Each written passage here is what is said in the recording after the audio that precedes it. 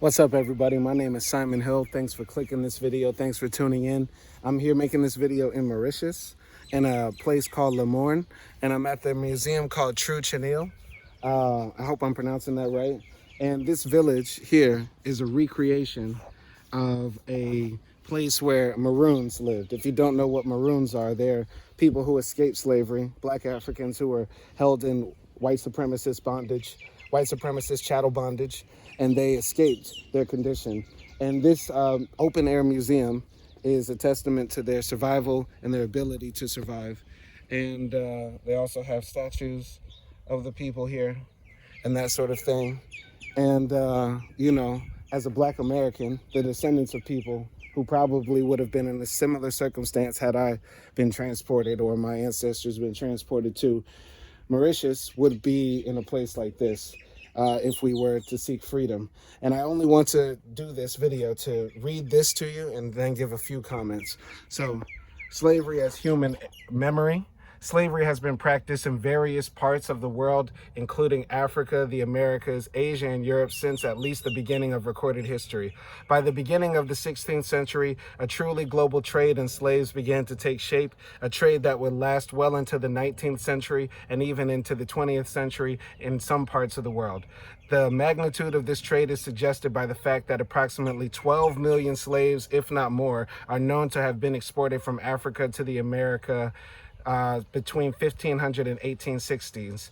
Millions of people were shipped from Sub-Saharan Africa into North Africa in the wider Mediterranean basin, and from the eastern regions of the continent into the Middle East and South Asia. Slavery and slave trading flourished in other parts of the world, as well as including the Indian subcontinent and Southeast Asia. The number of men, women, and children brought up in the trade remains to be ascertained. Mauritius as a slave trading center in the Indian Ocean. It is an acknowledged fact that the French merchants used the Mascarene Islands as a base from which to trade in slaves in Madagascar, Mozambique, the Swahili coast, in South Asia. These slaves were transported not only to Mauritius, Reunion Island, and the Seychelles, but also to South Africa. Research is revealing that the island Mauritius played a significant role as an important slave trading center within the wider Indian Ocean and beyond during the late 18th and early 19th centuries, in terms of the number of slaves involved and in terms of the consequences and impacts of that trade on the social, economic, and political life in the region and elsewhere in the world. The exceptionally diverse geographical, ethnic, and cultural origins of the Mauritian slave population highlights the extent to which slave resistance on the island was a pluri-ethnic, pan-cultural phenomenon which justifies the island's suitability in general and that of Morne in particular as the perfect location to commemorate resistance to slavery. Resistance to slavery in Mauritius and Maroonage. Opposition to slavery took many forms, the most public manifestation of which being Maroonage, that is, the flight of slaves from their masters. Fugitive slaves or Maroons were first found on the island during the Dutch period, 1638-1710, and became an integral part of the island's social landscape shortly after French colonization of Mauritius in 1721. Maroon slaves face very difficult situations. Hunger, a lack of adequate shelter, and the need to be continually on the move, and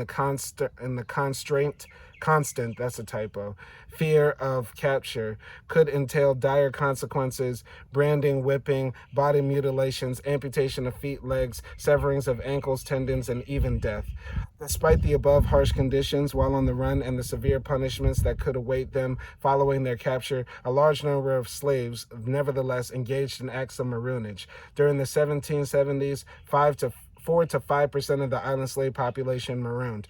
This figure increased to 11 to 13% during the 1820s. Maroons at Morne.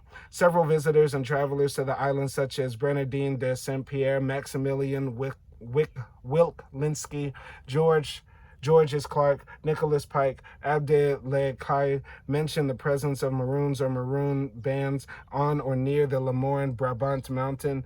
These are confirmed by official historical documents mentioning the problems created by the Maroons and or Maroon bands residing on or near Morne Brabant mountain and attacking the nearby settlers and their plantations.